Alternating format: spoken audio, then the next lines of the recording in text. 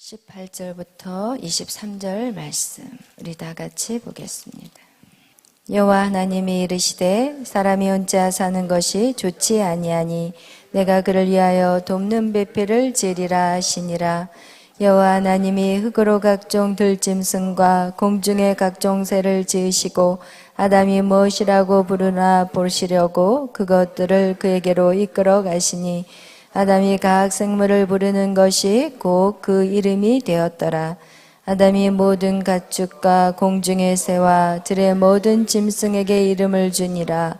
아담이 돕는 배필이 없으므로 여호와 하나님이 아담을 깊이 잠들게 하시니 잠들매 그가 그 갈빗대 하나를 취하고 살로 대신 재우시고 여호와 하나님이 아담에게 취하신 그 갈빗대로 여자를 만드시고 그를 아담에게로 이끌어 오시니 아담이 이르되 이는 내 뼈 중에 뼈요 살 중에 살이라. 이것을 남자에게 취하신즉 여자라 부르리라 하니라. 아멘. 기도하겠습니다. 사랑해 주님 감사합니다. 오늘도 저희들을 사랑하여 주시고 이렇게 주님의 전에 달려나올 수 있는 은혜와 믿음과 건강을 주심에 감사합니다. 하나님, 날마다 우리에게 하나님 정말 생명을 공급해 주시고 하나님 그 영적인 생명으로 말미암아 오늘 하루도 승리하게 하시니 감사합니다. 세상과 구별되게 하시고 하나님의 자녀의 삶을 걸어가게 하신 하나님 감사합니다. 매일의 삶에 승리하게 하시고 하나님 우리가 정말 강력한 하나님의 사람들로 세워질 수 있도록 주여 인도하여 주시옵소서. 모든 영광 주님 앞에 돌리며 감사하며 예수님의 이름으로 기도하였습니다. 아멘. 할렐루야. 아멘. 뒤에 거기에 다 몰려 계니 어쨌든 저만 잘 보이면 됩니다. 할렐루야. 네, 오늘의 제목도 우리가 어제와 똑같이 배필의 원리. 아멘. 오늘은 두 번째 시간이에요. 배필의 원리. 그래요. 하나님은 아담과 하와를 어떻게 창조하셨어요? 각각 창조하셨어요. 네. 또 거기서 웃음꽃이 터졌어요. 그래요. 아담과 하와를 어떻게 창조하셨어요? 각각 창조하셨어요. 하나님이 천지를 창조하셨을 때 먼저 아담을 먼저 창조하시고 나중에 아담을 창조하신 다음에 그 다음에 누구를 창조하셨어요? 하와를 창조하셨어요. 왜 하나님이 그들을 각각 창조하지 않고 아담 먼저 창조하시고 그 다음에 하와를 창조하셨다고 말씀드렸나요?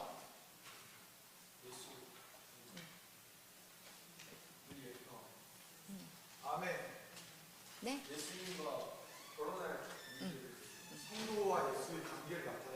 할렐루야. 성도와 예수 그리스도의 관계를 나타내기 위하여. 할렐루야.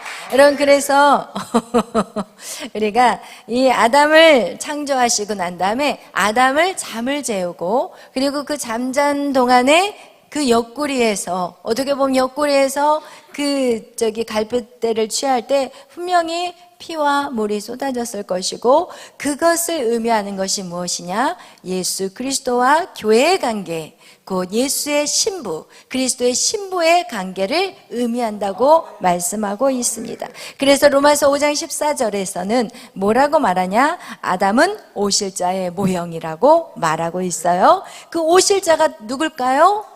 예수 그리스도예요. 그래서 예수 그리스도의 모형이 바로 아담이고 그리고 이 마지막 아담이 누굴까요? 예수님이라고 성경은 우리에게 말해주고 있습니다. 아멘. 그래서 하나님이 이 아담과 하와를 통해서 하나님 미리 다 설계도를 보여주셨어요. 어떤 설계도? 예수님이 이 땅에 오셔서 무엇을 할 것인지 그리고 예수님과 성도들하고의 관계가 어떻게 형성되어지는지를 이미 창세기 2장에서 그것을 다 보여주고 있다는 것이에요. 예수 그리스도의 그 십자가 사건, 옆구리에 창을 찔려서 모든 피와 물을 다 쏟아낸 예수 그리스도, 그 예수의 십자가의 보혈로 말미암아 오늘날 저와 여러분이 하나님을 바라볼 수 있게, 하나님 앞에 나아갈 수 있는 길을 만들어주는 하나님의 자녀가 될 수 있었던 것은 바로 예수 그리스도의 보혈의 피의 능력이라는 것을 오늘 우리에게 보여주는 사건이 바로 이 배필의 원리라는 거예요. 아멘. 여러분, 그래서 우리는 이 창세기 이 처음에서 우리가 아담과 하와의 관계를 통해서 우리가 아담과 하와 예수 그리스도와 신부의 관계를 보여주고 있다면, 이 창세기의 그 마지막에서도 역시 그것을 보여주고 있어요. 우리 한번 요한계시록을 찾아보겠어요. 요한계시록 21장 말씀, 우리 1절에서 4절 말씀 다 같이 읽겠어요. 요한계시록 그 성경의 마지막, 거기에 또한 이 그리스도의 신부에 대한 내용이 나와 있습니다. 우리 21장 1절부터 4절 다 같이 읽겠어요. 시작. 또 내가 새 하늘과 새 땅을 보니 처음 하늘과 처음 땅이 없어졌고 바다도 다시 있지 않더라. 또 내가 보매 거룩한 성 새 예루살렘에 하나님께로부터 하늘에서 내려오니 그 준비한 것이 신부가 남편을 위하여 단장한 것 같더라. 내가 들으니 보좌에서 큰 음성이 나서 이르되, 보라, 하나님의 장막이 사람들과 함께 있음에 하나님이 그들과 함께 계시리니 그들은 하나님의 백성이 되고 하나님은 친히 그들과 함께 계셔서 모든 눈물을 그 눈에서 닦아주시니 다시는 사망이 없고 애통한 것이나 곡하는 것이나 아픈 것이 다시 있지 아니하리니 전 것들이 다 지나갔음이리라. 아멘. 여기서 우리 21장 2절에서 보니까 거룩한 성새 예루살렘이 하늘에서부터 내려오는데 마치 신부가 남편을 위하여 단장하는 것 같다고 말하고 있어요. 이 마지막 때 예수 그리스도가 이 땅에 오실 때는 그분은 우리의 신랑이 되시고, 그 예수 그리스도를 기다리는 여러분은 무엇이 된다고요? 신부가 되는 것이에요. 여러분, 그래서 정말 다섯 처녀와 같이 지혜로운 자가 되어서 예수님의 그 재림의 때를 준비하는 저와 여러분이 되시기를 축원합니다. 아멘. 오늘 다시 9절 말씀도 읽겠어요. 요한계시록 21장 9절 말씀 시작.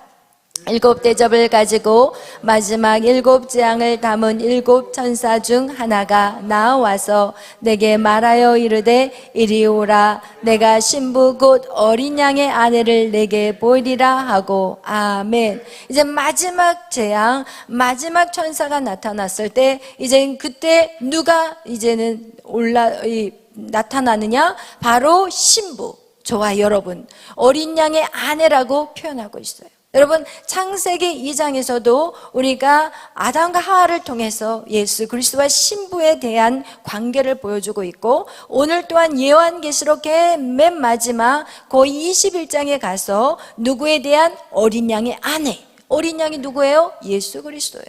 여러분, 어린 양의 아내가 누구예요? 여러분이에요. 할렐루야. 여러분, 이렇게 하나님은 이 성경 전체를 예수 그리스도와 성도들의 관계에 대해서 기록되고 있다는 것을 기억하시기를 바라요. 그렇다면 이 성도와 이 예수 그리스도의 관계가 어떻게 맺어지는 관계인가? 그것은 바로 십자가의 피라는 거예요. 할렐루야. 우리는 십자가의 피로 하나님이신 그 예수 그리스도와 우리와 언약의 관계가 되었다는 거예요. 옛날에도요, 그 친구들끼리, 우리나라에도 그런 옛날에 풍습이 있었어요. 친구와 이렇게 깊은 관계를 가질 때는 서로 혈서를 쓰든지, 아니면 뭐 이렇게 서로 그런 일들을, 우리나라의 풍습 안에도 그런 것들이 있는 것 같이, 여러분, 이런 피의 언약, 이것이 아마 예수 그리스도의 그 그림자같이 우리나라에도 그런 풍습이 있지 않았을까라는 생각을 해봐요. 그런데 우리가 예수 그리스도와 신부의 언약은 무엇이냐? 바로 이 피의 관계예요. 근데 그 피라는 것은 무엇을 의미할까요? 죽음을 의미해요. 할렐루야. 이 배필의 원리, 아담을 하나님께서 깊이 뭐를 했다고 그랬어요? 잠자게 했다고 그랬어요. 이 깊이 잠자게 했다는 것은 곧 무엇을 얘기한다고요?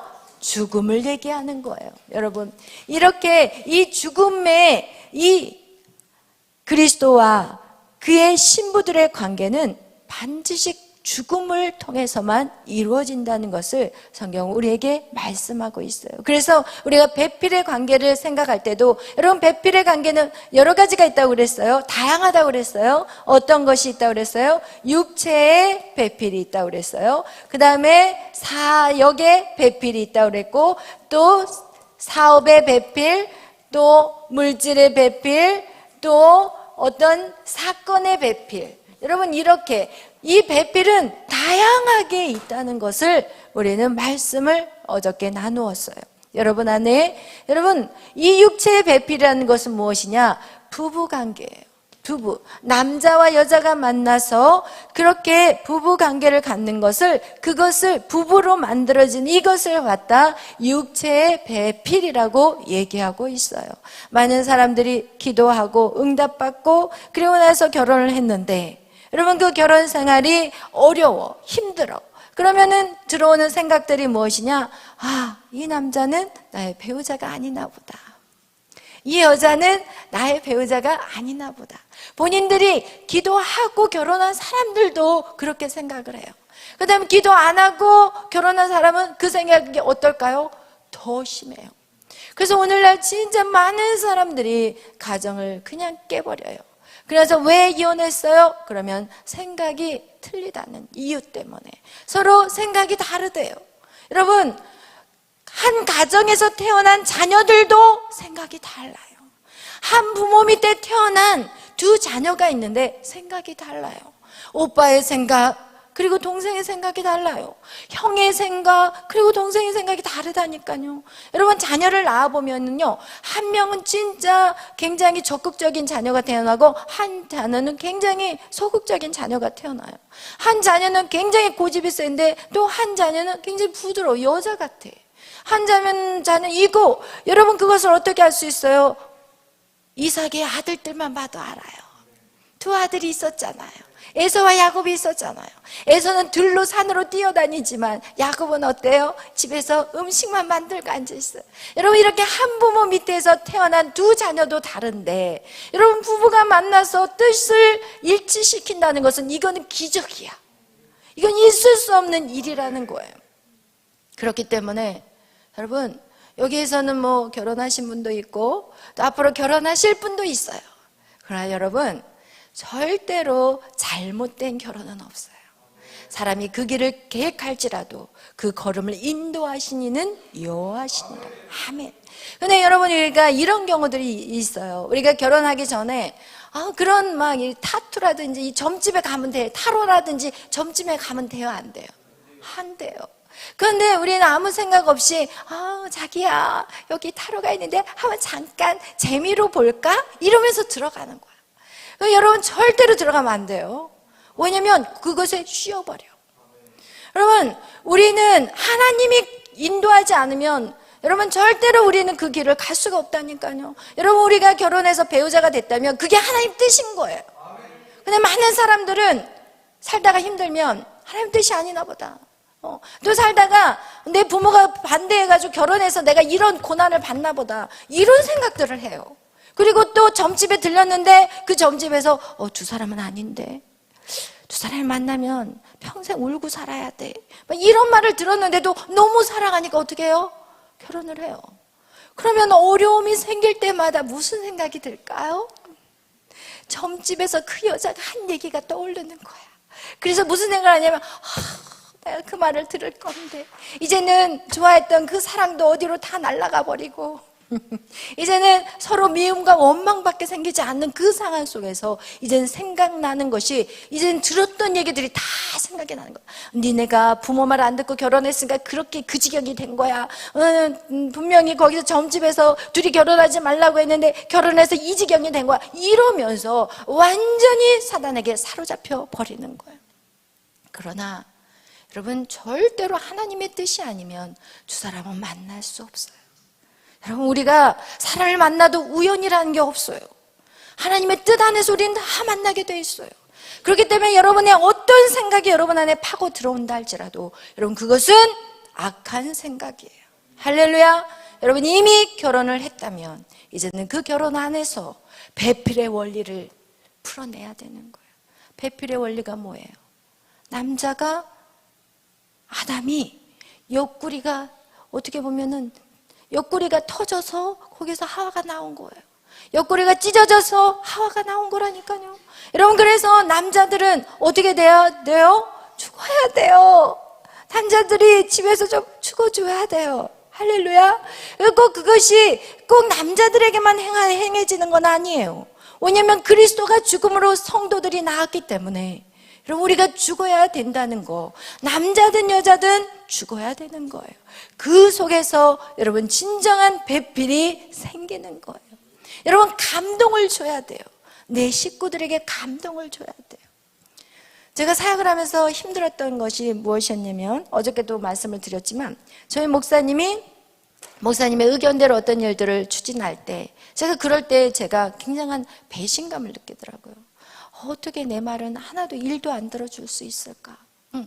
여러분, 제 말을 목사님이 좀 들어줬다면 제가 어떻게 생각했을 거예요? 너무 고맙게 생각하겠죠. 와, 이 남편은 진짜 나를 생각해주구나. 근데 언제까지 제 말만은 사실은 들을 수 없는 거예요. 왜냐면 목사님은 치고 나가야 되는데, 그죠? 우리 목사님은 치고 나가야 되는데 저는 아직 칠 힘이 없는 거였어요. 언제까지 저를 기다린다는 것도, 목사님도 이것도 고통스러운 거예요. 그리고 저도 맨날 목사님이 치고 나가니까 저도 너무나도 힘겹고, 그러니까 이 관계 안에서 사실은 저 역시도 힘들었고 저희 목사님도 힘들었어요. 그러나 이런 힘든 관계 안에서 우리가 어저께 나누었던 것 같이 이렇게 무조건 치고 나가는 거, 여러분 함께 올라와서 치고 가는 거 사실은 시간이 걸려요. 그래서 제가 여러분에게 항상 결혼 전에 이 키를 맞춰 놓자. 그러면 정말 여러분이 결혼 생활이 너무 편하다는 것을 말해주고 있는 이유가, 결혼하고 나서는요, 이거 맞추기가 너무 힘들어요. 왜냐면 이 남편은 이 아내에 대해서, 이 아내 때문에 내 사역이 지금 풀어지지 않구나, 이렇게 원망하는 거예요. 저희 목사님이 저 때문에 내가 정말 더 날아오를 수 있는데 저런 아내를 얻어서 내가 지금 정말 날아오르지를 못한다라는 원망을 갖고 있고, 또 저 역시도 정말 열심히 신앙생활에서 뭐 나를 이끌어줄 줄 알았더니 큰일이다 이거 너무 끌어당겨서 내가 숨 막힌다 막 이러면서 살아가는 거예요. 그래서 여러분, 정말 우리가 결혼 전에 이 키를 그래도 못해도 이 정도라도 맞춰놔야 되는 이유가 뭐냐면, 그래도 쉽기 때문에 맞춰야 되는 거예요. 근데 문제는 무엇이냐? 어쨌든 우리가 이렇게 믿음이 없는 사람이라고 생각하지만, 여러분 우리가 잘 생각해야 돼요. 나의 믿음은 무엇이냐는 거예요. 솔직히 말한다. 내가 여기까지 왔다고 생각하는 것들 중에 여러분 우리가 잘못 생각한 게 뭐냐면, 벌써 내 믿음은 이만큼이고 너는 믿음 없어? 여기서 뭐가 들어가요? 선악과가 들어가요. 교만. 선악과예요. 뭐가 들어가요? 판단이 들어가요. 여러분, 판단하기 시작하는 순간부터 부부관계는 깨져버린다. 여러분, 판단하는 것부터 여러분 부부관계는 깨져버려요. 왜냐하면 그것은 죄이기 때문에 그래요. 여러분, 그렇게 되면은요, 남편이 아무리 믿음이 좋아서 끌어도요, 이 여자는 저거는 내가 봐서는 저런 신앙생활은 아니야, 저거는 율법주의자야 라고 생각하는 순간 남편이 아무리 끌어도 여자는 갈까요, 안 갈까요? 안 가요. 그러면서 여기서부터 이제는 서로 갈등이 생기기 시작해요. 그래서 여러분, 이 선악과, 결국은 이것이 무엇이냐? 서로를 판단하고 정죄하는 거예요. 그래서 여러분, 정말 부부관계에서는 우리의 눈은요, 뭐에 빠르냐? 죄에 빨라요. 그 죄가 무엇이냐? 판단이에요. 선과 악을 판단하는 그 죄. 그것은 누구만 할 수 있는 거예요? 하나님만 하는 거예요. 그래서 여러분, 눈이 벌써 남편에 대해서 와, 저거 뭐야? 내가 결혼 전엔 왜 저거를 못 봤지? 그런 순간 여러분, 우리는 이제는 죄 안에, 굴레 안에 들어가게 되는 거예요. 여러분, 거기에서 우리는 무엇을 해야 돼요? 내가 눈을 감아버려야 돼요. 그것은 내가 죽어야 된다는 거예요. 여러분이 죽지 않으면 절대로 부부관계는 하나가 될 수 있을까요? 못 돼요. 여러분, 이 배필의 원리가 뭐예요? 육체 안에 부부가 된 사람들이 이 배필의 원리가 들어가지 않는다면, 이 배필의 원리, 이것은 어떻게 돼요? 이 부부는요, 같이 살지만 어때요? 생각이 달라. 마음이 이미 떠나 있어. 같이 한 방에 있지만 이미 어떻게 돼요? 마음은 하나로 일치되지 않아요. 그런 곳에서는 어떤 역사도 나갈 수 없어요. 어떤 하나님의 일도 축복도 일어날 수 없어요. 그런 삶은 그 가정이 이젠 자녀들이 태어나면 그 자녀들에게 그 저주 같은 삶이 흘러내려가게 돼요. 어떻게 되냐? 자녀도 부모를 평가하고 앉아있어요. 우리 부모는 저거 안 돼. 우리 부모는 아유, 저 신앙생활 하는 거야 저거. 아, 나는 우리 부모 같이 살기 싫어. 아, 싫어. 막 이렇게 되는 거야. 여러분, 이 부부관계 안에서요, 이 선악과 판단과 비판하게 되기 시작하면서부터 여러분의 자녀는 끝장나는 거예요. 여러분의 자녀 역시도 여러분의 말을 듣지 않아요. 그래서 우리는 죽어야 되는 이유가 거기 있는 거예요. 할렐루야. 여러분, 우리가 죽을 때 자녀들이 부모를 봐요. 우리 엄마가 죽구나. 아빠는 왜 저렇지? 저렇게 난폭하지? 그러나 엄마가 죽고 있구나. 이러면서 그 안에 은혜를 받기 시작하고, 그러면서 이 엄마가 항상 죽지는 않아요. 여러분, 참고 그냥 죽고 예수의 이름으로 모든 걸 희생하고 내가 십자가에 죽으면 어떻게 되냐? 남편이 바뀌기 시작해요. 여러분, 저의 삶에서도 그랬어요. 제가 저희 남편 쫓아다니면서 잔소리할 때는 절대로 안 바뀌었는데, 제가 그냥 주님하고 쇼부를 보는 거야. 주님의 뜻이시면 그 일들을 아름답게 이루어 주시고, 주님의 뜻이 아니면 주님 멈추게 해주시고, 이렇게 주님에게 기도하기 시작하고, 그리고 이제 남편에 대해서 이렇다 저렇다, 정말 옛날 같았으면요 그냥 머리 묶고 뛰어다녔을 텐데 지금은 그냥 무슨 일 하신다 그러면 아, 목사님 제 생각은 좀 이래요 라고만 얘기하지 더 이상 얘기하지 않아요. 왜냐면 생각은 서로 다르니까. 근데 그런 말도 사실은 안 해야 돼, 실은. 그런데 아직까지 거기까지는 안 돼. 할렐루야.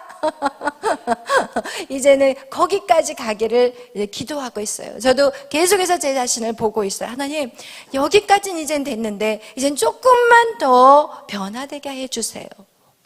이렇게 지금 노력하고 있어요. 그러나 여러분, 정말 기억해야 되는 것은, 여러분, 우리가 생각할 때는, 우리가 딱 생각할 때 남편의 뜻대로 하는 것은 안 될 것 같아. 저렇게 하면은 왜 그게 힘들었냐면, 저희 목사님이 계속 이렇게 교회를 세워나가는 그 부분들에 대해서 제가 우려하는 것은 무엇이냐, 그 영향력 때문에 제 삶이 공고할까 봐, 제 삶이 먹을 것이 떨어질까 봐, 제 삶에 정말 너무 궁핍하게 살까 봐, 사실은 그 마음이 더 큰 거예요. 솔직히 표현하면 우리 솔직해져야 돼.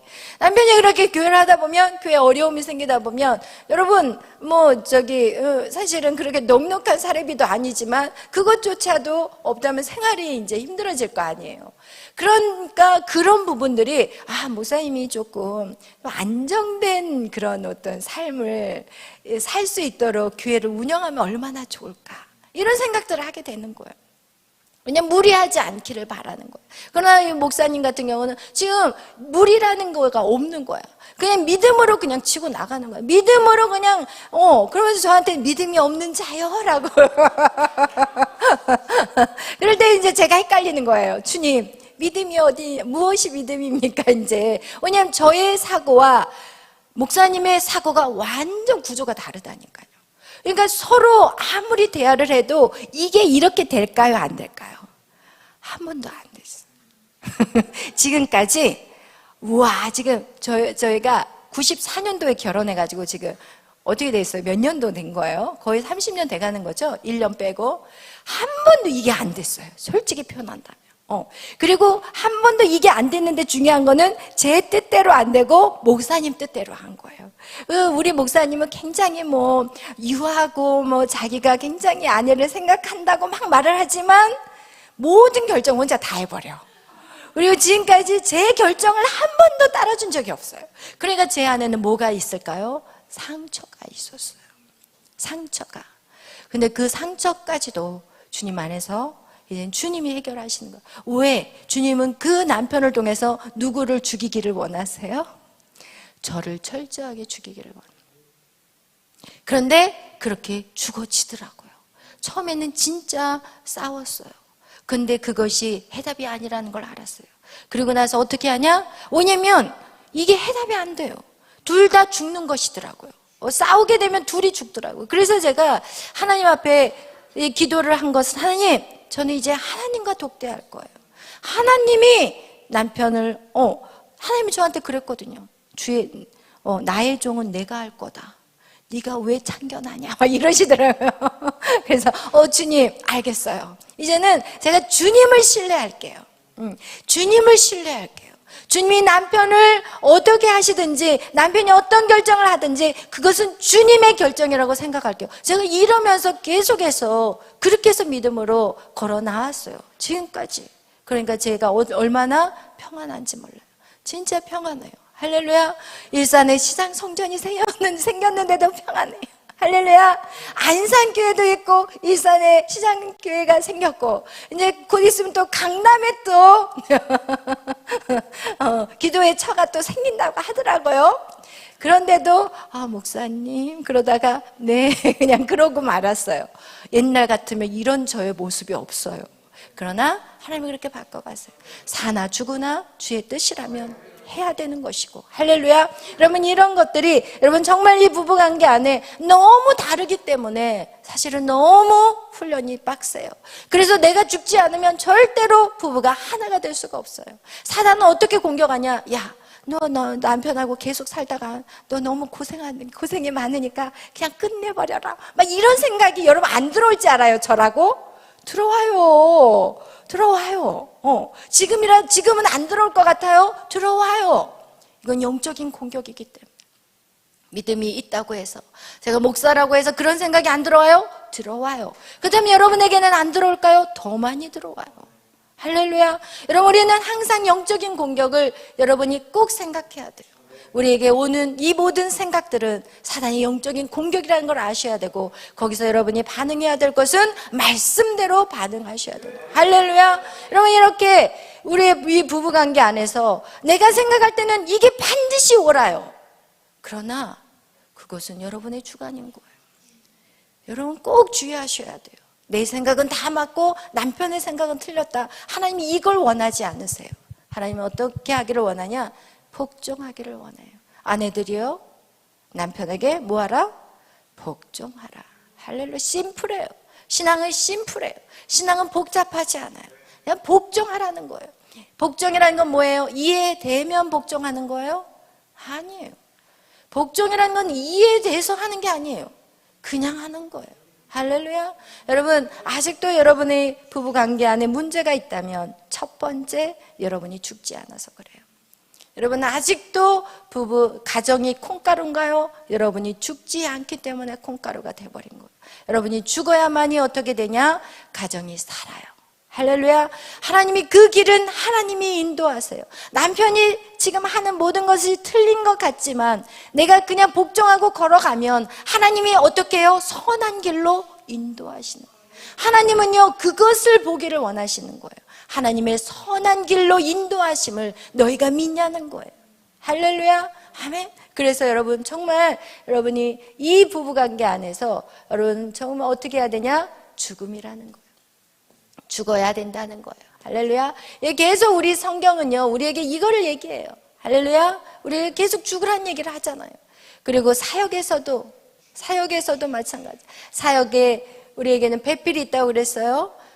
모세에게 여호수아가 있듯이, 엘리야에게 엘리사가 있듯이, 바울에게 신라가 따라다니는 것 같이, 여러분, 이렇게 우리에게 사역자가 서로 배필이 필요해요.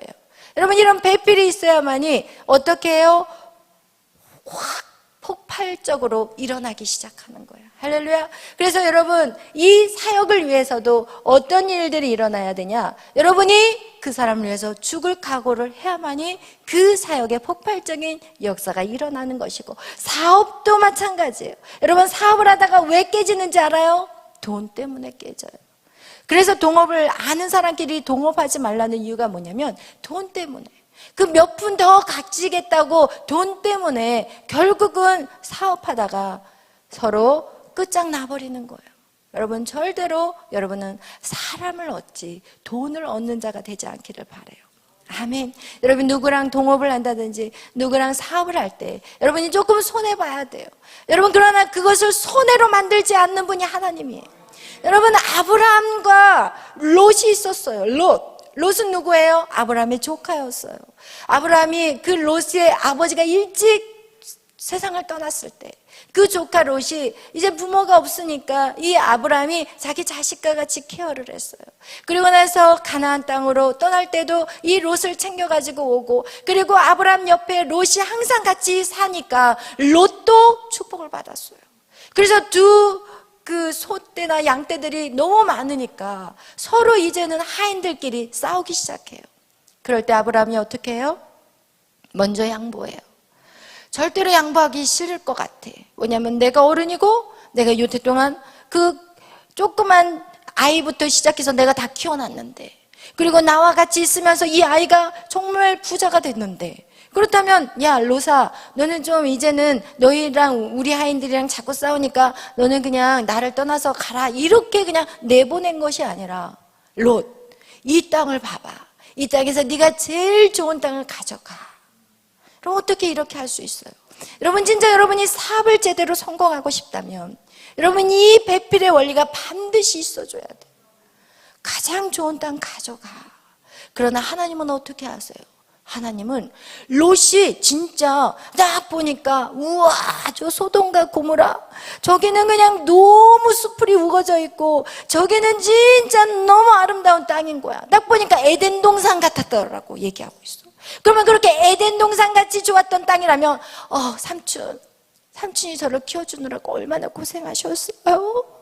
삼촌이 이거 가지 씌워요. 제가 이쪽 별로 좋지 않은 땅이지만 먼지 펄펄 나는 이 땅을 제가 쓸 거니까 삼촌이 저 땅을 쓰세요. 이렇게 나와야 되거든요. 그러나 그렇게 나오지 않는다는 거예요. 여러분 절대 돈이 섞여 있는 곳에서는요 그렇게 안 돼요. 그러나 여러분은 주의하셔야 돼요. 절대로 돈을 쫓아가서는 안 돼요. 그러면 다 잃어버려요.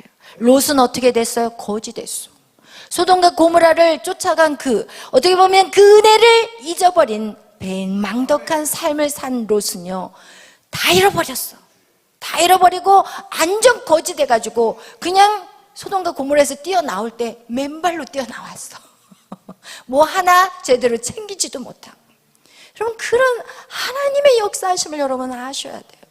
여러분이 손해보고 여러분이 베풀잖아요. 손해볼 것 같아요? 절대 안 봐요. 그건 세상 얘기예요. 하나님 안에서는요 여러분 더 많이 손해보세요. 더 많이 나눠줘 버리세요. 반을 쪼개서라도 딱 정확하게 2분의 1 쪼개지 마시고 2분의 1 쪼개서 더 줘버려. 할렐루야. 여러분 사람의 마음을 절대로 잃어버려서는 안 돼요. 돈 때문에. 오늘날 너무나도 많은 사람들이 돈 때문에 남같이 살아요.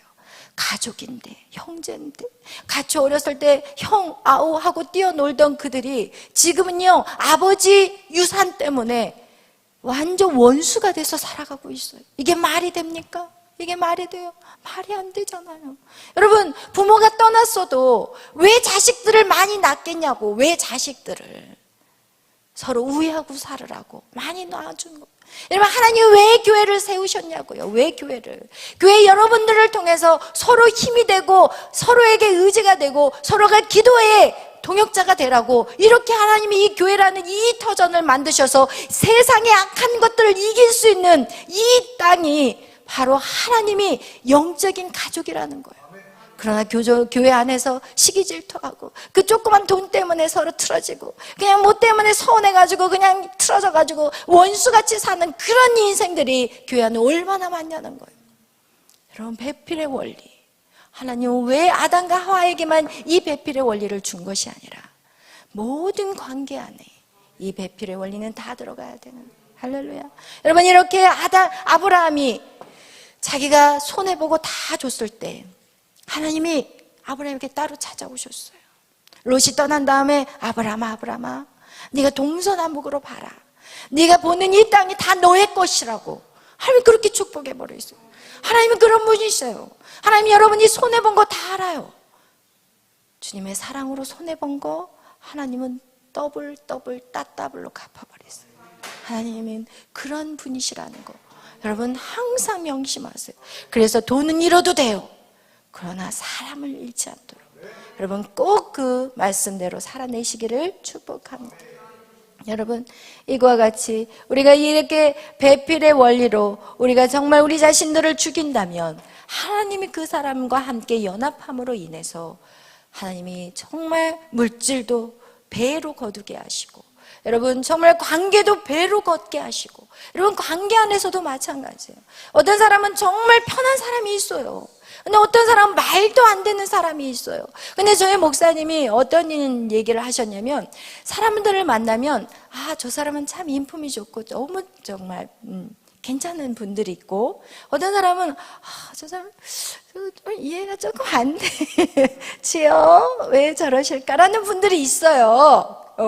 근데 그런 분들일지라도 목사님이 다 품으셨대요. 저희 목사님은 성품이 좋으시잖아요. 저는 좀 성품이 좀 그런데 저희 목사님은 모두를 다 100% 수용을 하세요. 근데 그런 분들하고 이렇게 관계를 가졌는데 어느 날 보니까 그분이 어떤 분들을 소개해 주셨는데 그분은 너무 또 인품이 좋으신 분. 그래서 그분을 통해서 정말 귀한 만남을 가지셨다는 그런 저에게 간증을 얘기하시더라고요. 그래서 여러분 우리 눈에만 그럴 뿐이지 여러분 하나님은 어떤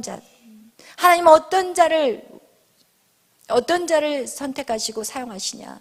하나님은 우리 눈에서 이 사람은 이렇고 저 사람은 저렇고 저 사람은 저래서 안 되고 이 사람은 이래서 안 되고 저는 너무 편하고 나에게 귀찮게 안 하고 이렇게 골라 사귀는 걸 하나님 원하지 않으신다는 거예요. 할렐루야. 우리는 모두를 품는 자들 그런 그릇으로 여러분을 키워가시기를 축원합니다. 할렐루야. 아멘. 여러분 그것이 여러분의 학교의 생활이요 여러분의 직장의 생활이요 여러분의 공동체의 모든 삶 속에서 여러분을 힘들게 하고 불편한 사람이 있다 할지라도 그들을 품고 갈 수 있는 것 그것이 바로 배필의 원리예요. 이런 배필의 원리를 받은 자들에게는 하나님이 어떻게 하시냐? 그들을 세우시는 거예요. 할렐루야. 필요한 것들을 공급하시고 또 하나님 그 이상의 것들로 우리에게 부어주시는 그런 삶들을 보게 된다는 것을 성경 우리에게 보여주고 있습니다. 아멘. 여러분 이렇게 내가 죽어야만이 여러분 나에게 배필이 온다는 거예요. 내가 죽지 않으면 하나님은 다양한 배필들을 여러분의 주위에 싹 해놨어. 그것이 여러분의 친구가 여러분의 배필이 될 수가 있고 여러분이 정말 배우자가 배필이 될 수가 있어요. 그리고 여러분이 어떤 사업하는 동역자도 배필이 될 수가 있어요. 그런 배필들이 여러분 주위에 쫙 깔려 있어요. 그런데 여러분이 죽을 때 그 사람이 여러분 안에 탁 붙는 거예요. 이해되시나요? 여러분이 죽지 않으면 그 배필이 늘 내 주위에서 떠 있기만 하지 내 안에 착 붙지는 않는다는 거예요. 할렐루야. 그래서 여러분 정말 여러분의 인품이 여러분의 삶이 여러분 그렇게 죽음을 내가 죽는다는 거 그것은 무엇이냐? 육체 죽음이 아니라 그랬죠? 우리의 뭐가 죽어야 돼요? 자아가 죽는 거예요. 자아가 죽는다는 것은 무엇이냐? 내 뜻을 강요하지 않는 거예요. 내 뜻을 내 자녀들에게 강요하지 않는 거예요. 그럼 우리가 생각할 때 강요라는 표현과 가르쳐주는 거하고는 또 다른 차원이에요. 내 뜻을 강요하는 것과 가르쳐주는 것. 왜냐하면 저 같은 경우도 저희 딸을 키울 때 강요를 많이 했어요. 왜냐하면 이제 부모는 어떻게 생각하냐? 좋은 것을 자녀에게 주기를 원하고. 지난번에도 얘기했지만 우리 에스더는 엄마한테 공감을 받고 싶어 하는데 저는 공감을 하는 것보다는 뭐를 해버려요? 하지 마. 이렇게 하면 안 돼. 이렇게 가르치려고 하는 거예요. 저희 딸이 축구를 이제 청년들하고 같이 축구를 하니까 자꾸 다쳐서 오니까 또 여기가 멍이 들어갖고 왔는데 엄마 여기서 멍 들었어요. 그러니까 저는 얼마나 아프니 이 얘기를 했어야 되는데 야 너는 오빠들하고 축구를 하잖아. 등치가 크잖아. 특히 애녹 전도사님은 너하고 같은 편을 해야 돼 항상. 같은 편 해야 된다. 내가 이러면서 그 애가 여기가 멍들어서 아픈 것에 대한 그 감정을 공유하지 않고 에스더 항상 조심하라니까. 이렇게 나가는 거예요. 이렇게. 그러니까 에스더가 엄마 그만 좀 말하세요. 그만해. 그러니까 이제 또 엄마는 어때? 기분이 나쁘잖아. 이게 버르장머리가. 제가 이렇게 설계하면서도 순식간에 이거 버릇이 하나도 없네? 그러면 이제 또 엄마의 머릿속에는 이 버릇을 가르쳐야 되겠구나. 이렇게 생각을 하는 거야. 이 버르장머리를 가르쳐놔야지 다른 사람에게 사랑을 받지. 또 이렇게 생각이 들어오는 거예요. 그래서 너 엄마한테 그렇게 말버릇이 그거 뭐야? 그러니까 이 에스더가 막 이제 발이 나가기 시작하는 거야. 발이 나가서 엄마 그만해. A씨 그만해. 그래서 이제 A씨 너 잘 만났다. 이제 이렇게 항상 부모의 관계와 자녀의 관계가 서로 다른 얘기를 하는 거예요. 무슨 이해가 되죠? 공감을 받고 싶은데 입을 막으래. 나한테 지금 사인이 들어왔어요. 그런데 제가 그걸 딱 이번이 이게 처음이 아닌 거예요. 그러니까 저희 딸이 항상 얘기하는 게 엄마 내 감정에 대한 걸 이해해달라는 거예요. 근데 제가 그동안 메리를 키울 때는요, 메리는 생전 그런 얘기를 안 했어요. 한 번도, 단 한 번도. 근데 우리 에스더는 그런 얘기를 꼭 해요. 엄마가 이렇게 하니까 내가 화났잖아.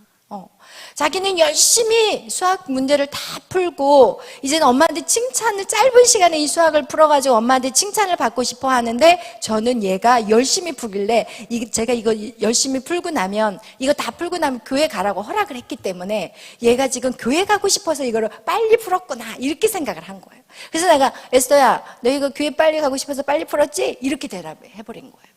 근데 에스더는 뭘 듣고 싶은 거예요? 이야 우리 딸 이렇게 빨리 잘 풀었네, 이 얘기를 듣고 싶은 거야. 근데 저는 너 교회 가고 싶어서 빨리 풀었지? 이렇게 이 말을 찌끄러 버린 거예요, 쉽게 말하면. 그러니까 에스더가 또 분이 올라오는 거예요. 결국은 부모와 자녀 관계 안에 서로 딴소리하고 있는, 정말 그 자녀의 마음을 제대로 읽어주지 못하는, 결국 그래서 어떻게 해요? 분란이 나는 거예요. 그래서 부모가 당연히 자녀들에게 가르치는 거는 계속 해야 돼요. 부모가 정말 바르게 양육하는 건 정말 중요해요. 그러나 뭐부터 해야 된다고요? 감정을 읽어주는 거. 근데 이 감정을 읽어주는 거가 우리가 너무 약해요. 저도 사실은 여러분에게 감정 읽어주는 건 너무 잘 되거든요. 그러나 제가 집에 가면 막상 내 자녀들에게는 그게 안 돼요. 왜? 투머치 기대를 하거든요. 내 자녀들에게는 뭔가 막 내가 가르쳐 줘야 된다는 그런 어떤 강박이 있는 것 같아요. 부모들은 욕심이 있기 때문에 내 자녀들에게는 더 욕심이 있는 것이지, 하여튼 이것이 집착일 수도 있는 거고, 이건 건강하지 못한 거예요. 그런데 여러분, 우리가 정말 해야 될 것은 남편이고 아내고 자녀고 누구든지 우리는 그 문제를 풀기 위해서 그걸 얘기하는 게 절대 아니라, 내가 이래요 라고 나에게 그냥 표현하는 것은 내 마음을 알아주세요 라는 것임을 여러분 꼭 기억하시길 바라요. 그래서 부모와 관계, 부부와 관계, 모든 관계 안에서 여러분 그런 것들이 정말 중요해요. 또 한 예로서 남편이 이제 직장을 갔다가 집에 왔어요. 여보, 나 오늘 너무 기분이 안 좋아. 처음엔 너무 좋게 시작을 한 거야. 왜냐면 자기의 그 화난 것들을 풀 수 있는 가정이라는 공간이 있다는 게 어떻게 보면은 너무 좋은 거잖아요. 자기의 마음의 안식처, 내가 무슨 말을 해도 이 가정 안에서는 문제가 되지 않을 곳이 바로 가정이기 때문에, 그냥 이제 세상에서 막 이제 힘들어가지고 직장생활 하다가 남편이 집에 돌아왔어요. 그리고 나서 여보, 나 오늘 너무 힘들었어. 그러니까 아내가 그래? 뭐가 그렇게 속상했는데? 그래서 남편이 말이야 오늘 그 상사가 나한테 그 일을 빨리 안 끝냈다고 막 쪼크를 지대 너무 화가 났어. 그러면 아내는 그러니까 당신이 빨리 끝내야지. 그래 버리면 이 남편은 의미가 없는 거야. 무슨 얘기인지 알겠죠? 우리는 너무 쉽게 그 사람의 문제, 그 사람의 어떤 얘기를 했을 때 그 문제를 어떻게 해서 빨리 내가 풀어주려고 하는 그런 마음들이 있어요. 그런데 그 남편은 그걸 듣고 싶은 게 아니에요. 당신 직장 생활하는데 정말 많이 힘들구나. 오늘 정말 얼마나 마음이 아팠어. 내가 맛있는 국 끓여줄게. 이거면 되는 거야. 아니면 얼마나 힘들어서 그냥 말할 기술이 없으면 그냥 하나만 줘도 돼. 그런데 거기에다가 내가 그 문제를 해결해 주겠다고. 당신이 말이야, 그거 언제 주신 거야? 그거 그러면 언제 그거 다 끝내라고 한 거야? 일주일 전에. 거봐, 당신 왜 이렇게 게을러? 당신이 부지런하게 하면 상사한테 그런 소리 들을 필요 있겠어? 당신이 승진이 안 되는 이유가 여기 있다니까. 이러면서 칼같이 찔러버려. 그러면 여러분, 절대로 대화는 이제 끝장이 나는 거예요. 그 남편은 이제 집으로 안 와. 그 얘기 보따리를 가지고 어디로 갈까? 나의 소리를 가장 잘 들어주는 여자를 찾아가는 거야. 이해되세요? 여러분, 그런 사람들 세상에 많거든요. 가까운 내 직장 동료가 될 수가 있고, 술집의 여인이 될 수도 있는 거예요. 오늘 중요한 얘기 하고 있어요, 여러분. 그래서 우리가 누가 힘들다라는 얘기를 할 때 그 힘든 것을 여러분이 풀어주려고 하지 말아요. 들어주는 것만, 그 사람이 말을 하면서 자기가 벌써 다 그 문제를 해결할 수 있는 방법을 말하면서 다 알아버리거든요. 그래서 상담을 할 때도, 여러분, 상담을 이렇게 들어주기만 해도 그 사람이 자기 얘기를 막 하다 보면 거기서 자기의 것들을 어떻게 해결해야 될지가 자기가 말하면서 다 나와버리거든요. 그러니까 사실은 상담은 들어주는 사역이 참 많아요. 그거와 같이 여러분, 우리가 오늘 우리 배필의 원리를 하면서, 왜냐하면 우리는 배필의 원리를 배우는 이유가 뭐예요? 정말 좋은 관계를 가져야 되는 거예요. 예수 그리스도와 성도의 관계가 좋아야 되고, 그 좋은 관계로 인하여서 또 부부관계라든지 내 동역자라든지 내 사회에서, 내 모든 공동체 안에서, 내 학교에서 모든 사람과의 관계가, 유대관계가 어떻게 돼야 돼요? 좋은 관계로 이루어지기 위해서라면 우리는 제대로 알아야 된다는 거예요. 할렐루야, 이해되시나요? 네, 이거와 같이 여러분, 우리가 나의 자아가 죽는 거, 내 뜻이 아닌 하나님의 뜻으로 모든 것들을 이뤄가는 거, 이것이 정말 중요하다는 거. 왜냐하면 하나님의 뜻은 무엇이에요? 하나님의 뜻은 우리가 정말 서로 사랑하고 사는 거예요. 하나님의 뜻은 서로 용서하고 사는 거예요. 그리고 하나님의 뜻은 서로 인정하고 받아들여주는 것이 하나님의 뜻이에요. 그래서 여러분, 그 뜻을 이뤄가기 위해서는 하나님의 말씀대로 순종할 때 그것이 가능한 거예요. 여러분의 아직도 독립적인 여러분의 어떤 자아, 아직도 내 고집대로 뭔가를 해야 되겠고, 내 가정을 내 고집대로 끌어가겠다, 그렇다면 여러분, 아직까지도 힘들다는 거. 그렇기 때문에 여러분이 하나님의 방법대로, 말씀대로 여러분이 삶을 이끌어 가는데, 중요한 건 뭐냐면, 하나님의 말씀을 읽어도 내가 그것을 내 삶에서 어떻게 풀어내는지 모를 때가 있어요. 하나님의 말씀을 아는데도, 하나님 말씀을 들어요. 매일 듣는데도 내 문제를 어떻게 풀어가는지를 모를 때가 있어요. 그럴 때는 어떻게 해야 되냐? 주의 종의 말에 순종하는 거예요. 할렐루야. 주의 종의 말에 순종하는 거예요. 오늘 우리 이곳에 계신 모든 분들, 저와 여러분의 관계가 좋아야만이 여러분의 믿음이 성장할 수 있어요. 할렐루야. 학교에서요, 선생님과 학생과의 관계가 좋아야지요, 그 아이가 공부를 잘해요. 제가 그걸 어떻게 알았냐면, 제가 학교를 다니면서 제가 물리 선생님을 너무 좋아했거든요. 그 맨날 물리책만 꺼내가지고 공부를 하는 거예요. 물리 선생님이 이렇게 잘생기진 않았는데 하여튼 제 눈에 그렇게 멋져 보였어요. 그래가지고 제가 맨날 책을 꺼냈는데, 무슨 책만 꺼내냐, 물리책만 꺼내가지고 공부하고. 그리고 이제 고3 때 진짜 졸업할 때는요, 물리에 대한 상을 받았어요. 그 선생님이 또 저를 추천해 주셔가지고. 근데 이거와 같이 여러분, 선생님을 좋아해야 돼. 그래야지 성적이 잘 나와요. 제가 저희 딸 메리가 학교를 다닐 때, 고등학교 2학년 때 이제 그 영어 선생님이 2명이에요. 근데 저한테, 엄마, 나 기도 좀 해주세요. 한 선생님은 너무 성품이 좋아. 그리고 점수도 잘 주고, 한 선생님은 아주 까칠해. 제가 봐도 까칠하게 생겼어요. 그래서 엄마, 정말 한 학년에 2 선생님이 나누어지는데, 엄마 이 선생님이 되도록 기도해달라고 그랬어요. 근데 어떤 선생님이 됐을까요? 까칠한 선생님이 된 거예요. 그래서 엄마, 까칠한 선생님이 됐어. 그런데 제가 어떻게 반응한지 알아요? 메리야, 그건 너한테 축복이야. 까칠한 선생님이면 점수가 짜잖아. 그러니까 너가 너를 개발할 수 있는 절호의 찬스야. 네가 못하는데 점수 팍팍 줘봐. 그럼 네가 영어 실력이 늘겠어? 이야, 너는 진짜 하나님의 축복이야. 막 이러면서 제가 그렇게 막 얘기를 해줬어요. 그랬더니 그 아이가 너무 좋아가지고, 그래서 메리야, 그 까칠한 선생님은 분명히 상처가 있어. 이제 제가 내적지를 했으니까, 메리야, 네가 그러니까 그 까칠한 선생님 주위에는 아마 학생들이 없을 거야. 너는 그 선생님의 손이 되어주고 발이 되어줘.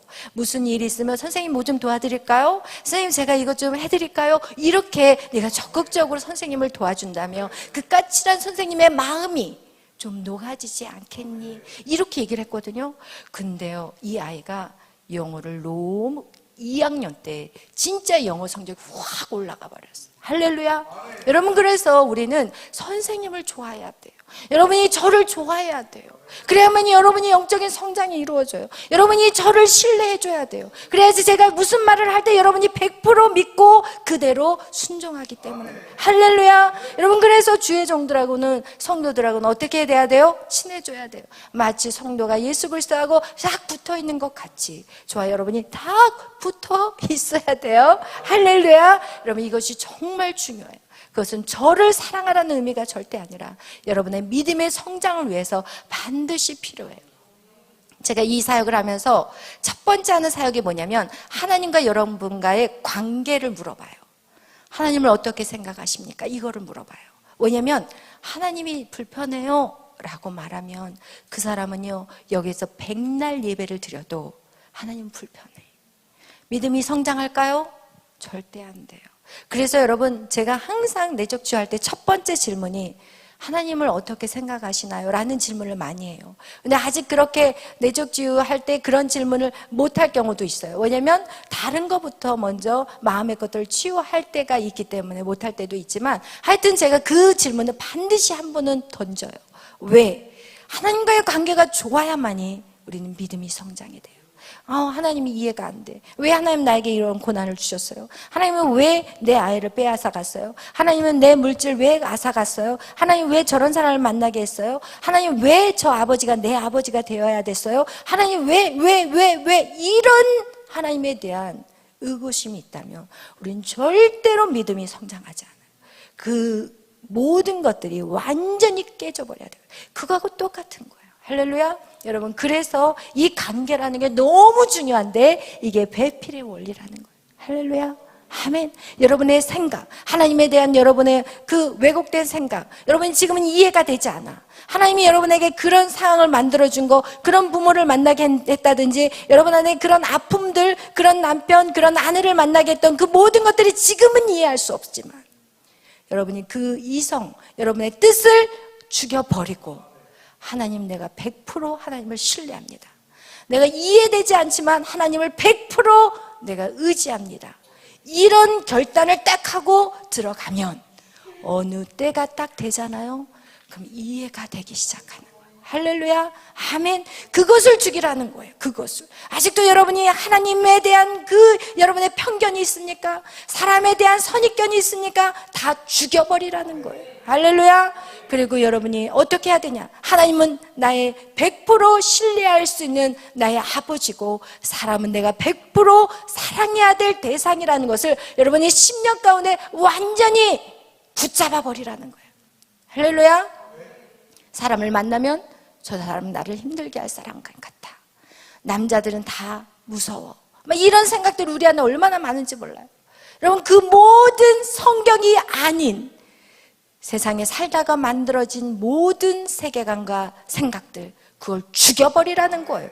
그게 자아를 죽이라는 거예요. 여러분, 몰라. 지금 말씀이 증거되는데도 뭐를 죽이라는 거야 대체. 몰라. 그것이 바로 내 하나님의 말씀을 거역하는 것들을 죽이라는 거예요. 하나님 관계 안에서 들어와 있는 모든 거짓된 사고들을 죽여버리라는 거예요. 할렐루야. 하나님은 여러분을 사랑하세요. 그걸 어떻게 할 수 있어요? 당신이 이 땅에 오셨어요. 그리고 죽으셨어요. 죽을 필요가 없는데 죽으셨어요. 그럼 그 사랑을 안다면, 하나님이 나를 얼마나 사랑하는지 여러분 그냥 그냥 100% 믿어버리시기를 축원합니다. 아멘. 100% 신뢰하기를 축원합니다. 아멘. 할렐루야. 기도하겠습니다.